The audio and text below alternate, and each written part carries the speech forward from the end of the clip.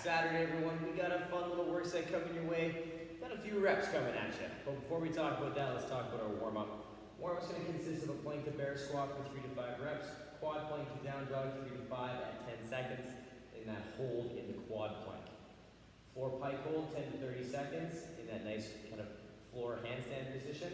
And then we're going to work on some teapots for 5 to 7 reps per side. 2 to 3 rounds, we're going to hit that up, take that down, see where it feels, and see how our body's doing today at the end of the week.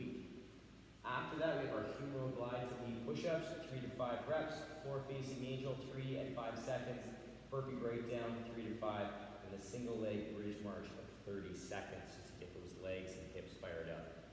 We're going to hit that down, 2 to 3 rounds. We're going to practice a few things quick and then start you on this work set. So the workout is every 4 minutes for 3 rounds. So it's 12 minutes of work.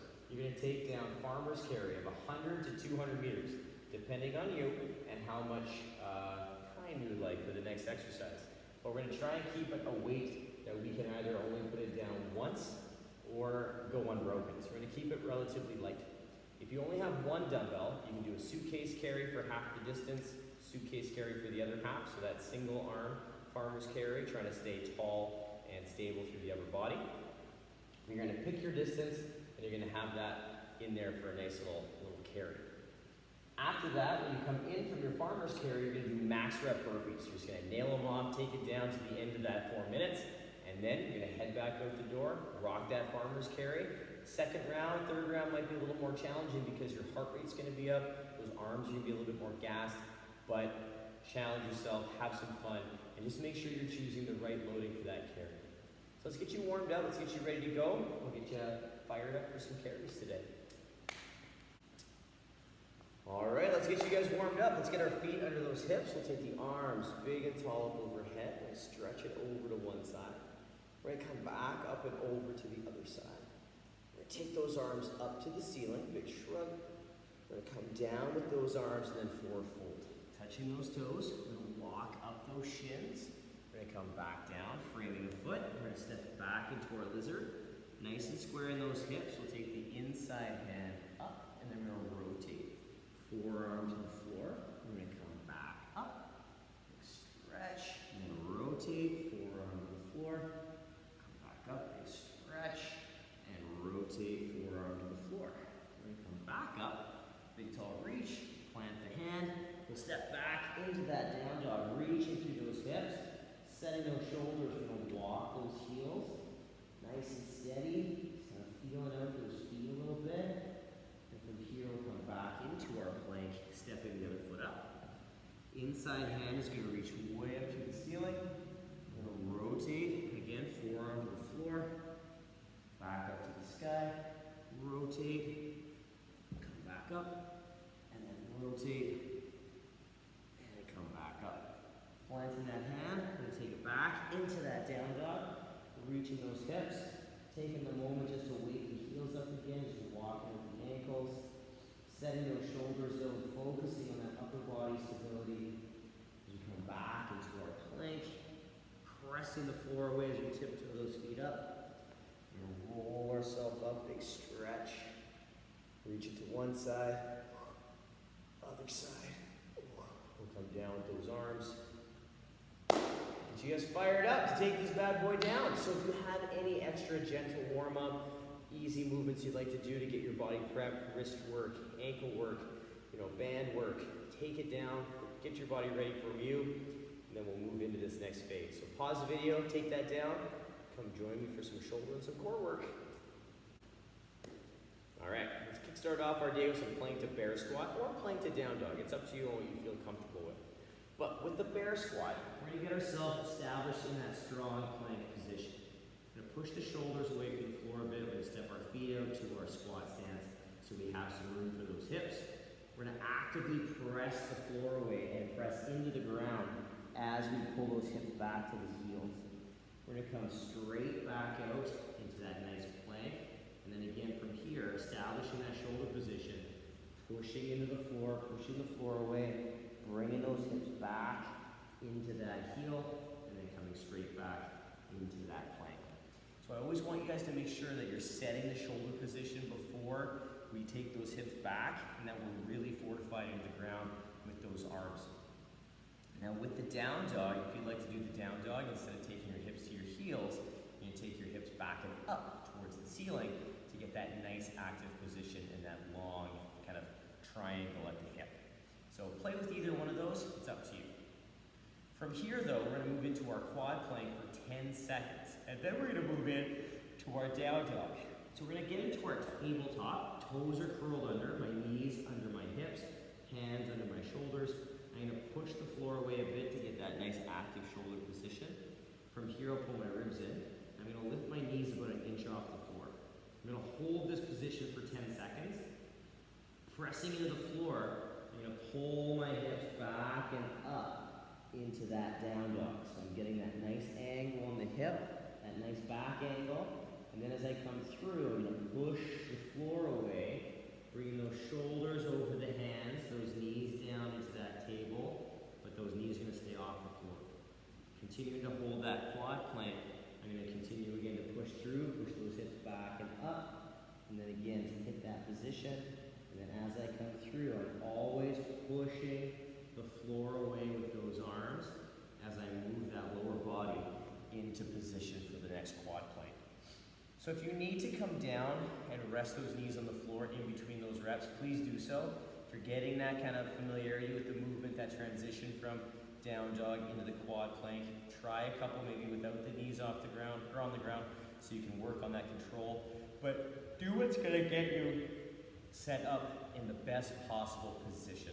That's our primary focus, not necessarily always doing it so the knees are off the ground, but making sure that we're hitting our proper positioning for each rep.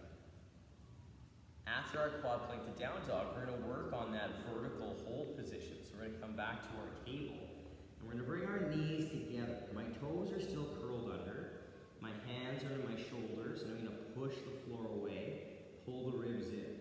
Now with this one, I'm going to extend those hips up to the sky, straightening out those legs, and keeping the shoulders over the hands. So I'm gonna actively press the floor away as I pull those ribs in. My eyes are looking towards my toes, and I'm holding that nice handstand position. So as I'm in that overhead position, I'm losing my neck, I'm actively pushing the floor away, and I'm pulling those ribs in the entire time. So we want to make sure that as we hold that 10 to 30 seconds, we're holding and we're maintaining that tension in that position so that we can maintain that engagement the entire time. If you feel yourself disengage in the shoulder or the core, just come out, shake it out, rest it out, move back in, bank that time some more, okay? So take that time, play with that, make sure we're comfortable, and we're holding that good, strong handstand position. Our next movement requires a dumbbell, and we're gonna work on our teapots. So we're gonna work our teapot. The teapot is that fun movement where we're working on that subtle kind of shift of the body. So what we're gonna do is we're gonna deadlift one dumbbell up to the hip. My feet are gonna be under my hips. My other hand, I like to keep it up here. You don't necessarily have to, but I like to keep it up here because it allows me again to work on that engagement through that upper side body. So I'm keeping my body nice and set, glutes are tight, ribs are in. I'm gonna take the dumbbell down towards the knee, just to a range that I feel comfortable with. So it doesn't have to go super far down, but I want you to make sure that you're using the musculature to control the down. We're also not just trying to touch our foot with the dumbbell, but we're just taking it to where we feel controllable range, and then squeeze through that side body to come back up. I'm gonna turn to the side so you can see me profile. And I want you to pay attention to the angle, right? I'm coming straight down the side of the body, my body staying in alignment with itself, and then I squeeze back up. What's not happening is I'm coming forward with my body or leaning and rotating. I'm staying nice and tall and just shifting to the side, almost like I'm between two panes of glass and I'm just sliding in between. I'm going to do 5 to 7 per side. So we want to make sure that we're listening to our body. And if we've never done these before, staying relatively light and limiting your range of motion, because they can definitely show up the next day or the next day after and be like, whoa, what did I do? Woo, tight, right? And you're like, oh, those teapots, wow, those really got me. So don't necessarily think, well, I can farmer's carry this weight, I'm gonna teapot this weight. No. Stay a little lighter first, give yourself a chance to feel them out, and then see how they kind of last over the next course of the week, because they do pack a punch. And then next time you see them, well, we'll go a little heavier if you're comfortable. But start relatively conservatively to work on just waking up that side body and getting that body ready. As a quick recap, we have plank to bear squat for 3 to 5, or plank to down dog, whatever you're more comfortable with. Quad plank to down dog for 3 to 5 reps at 10-second holds in the quad plank. Floor pike hold, 10 to 30 seconds, accumulating whatever you need to, or just doing one max hold, it's up to you. And then we have 5 to 7 teapots per side, working with a conservative-ish weight, but again, playing with something that's gonna allow you to wake that side body up and get you prepped for those farmer's carries. 2 to 3 rounds, take that down. From here, we're gonna move into a little bit more kind of movement focus to get that burpee positioning ready to go. But let's take that down. Come on back and join me. We'll get you ready a little closer to that workout. All right, we got a little bit of skill work coming up. So we're gonna start off with some floor work. So I'm gonna go on my stomach, and I'm gonna get set up in the bottom of my push-up. So my hands are by my chest. They're just outside my shoulders. My wrist is gonna be stacked under my elbow. I'm going to pull my shoulders forward, and I'm going to pull my shoulders back. So I'm going to set them in that position that I want them for my push-up. My elbow's still stacked over my wrist. I'm going to pull my ribs in. I'm going to push into that nice knee plank position, keeping my shoulders over my hands at the top and keeping that hollow position of tension. I'm going to come forward and down, touching my chest first, then relaxing and resetting that position. So I'm going to pull the shoulders forward to where I don't want them. Pull them back to where I do. Pull the sternum and belly button together. Push to my knee plank. And then from here, I'm going to, again, lower down with good control coming into that tripod. So I'm going to try and keep my head, hands in that little triangle as I take down that position. So if you'd like to make that a little more challenging, if you're pretty proficient with your push-ups, you can add in a tempo lower, 3-second, 5-second lower, or even a tempo press. So you can even add a 3-second press up, tempo lower. So there's lots of different ways to make that push-up harder, but I want you to stick to the knee push so we can really work on maintaining that core position the entire time. After the humeral glide to knee push-up, we're gonna move into some floor-facing angel holds. So we're gonna stem from the same position, hands stacked underneath the elbow, my hands just outside my chest, and I'm gonna, again, if you'd like to, pull the shoulders forward in that humeral glide, and then pull them back. Just to set that position properly, we're gonna pull the ribs in, we're gonna squeeze the shoulders, lift the hands and elbows, and then come back down. So in that pull, we're trying to maintain that good hollow. We're trying to initiate through the upper back, pulling the elbows straight back, and the hands will come off as high as they will in terms of your mobility and range. So don't worry about contorting your body to get your hands higher. Even if your fingertips or your palms are still kind of touching the ground, I want you to work on squeezing and maintaining that position of the elbow so that over time we're going to get that range. Again, too, we're keeping our chest pretty close to the floor. It's not coming up like a baby cobra or an up dog. We're keeping it low and level, and we're just trying to isolate the shoulders and the arms in this movement. Once we're done that, we're going to pop up to our feet, and we're going to work on the burpee breakdown. And this is a great thing for you guys to practice and play with, especially if you're going to be doing squat thrusts in the workout, because this is a nice drill to work on to help build that comfort with the burpee. So what we're looking at, we're going to come down with the hands. We're going to jump our feet back and lower to the ground. We're going to make sure that I'm active through my core, my hands are under my elbows, my shoulders are back. From here, I'm going to push up just like I do in my humeral glide. I'll double check my positioning, so hands under the shoulders, ribs are in, I'm nice and tight, and then I'm going to press it pop. My feet are going to come to my hands, roughly a squat stance, and then I'll stand up tall. I can reach up overhead if I'd like to give myself a little stretch, and then I'll do it again. I can also do it with a step back. So I can come back, step one foot, step lower. Again, making sure that I'm tight and I'm stacked through my wrist and elbow. I'll push to my knees, check my hands into my shoulder, my core position, and then I can pop and step, step, and step. So I can work both versions of the burpee in that breakdown. The key point is that I'm pausing on the floor to check my elbow, check my core. I'm then going to push to my knee push-up to check my position through my core and my hands. And then I'm going to pop and step my feet into that squat stance to make sure that I have good solid space and I can stand with a good stand. So play with that a little bit. You can experiment with that a little bit as well. We can also do it with a squat thrust variation where we just hold in the plank, giving yourself a chance to check out, hands under shoulders, arms nice and straight, core nice and tight. Then we can step or jump in, stand tall. So you can do the same thing for the squat thrust if you don't want to tackle that burpee position. Last but not least, we're going to give the lower body a little bit of chance to get fired up in that core position. We're going to lay on our back, and you can do this with a load or not. It's up to you. But we're going to get set up so my feet are just outside my fingers.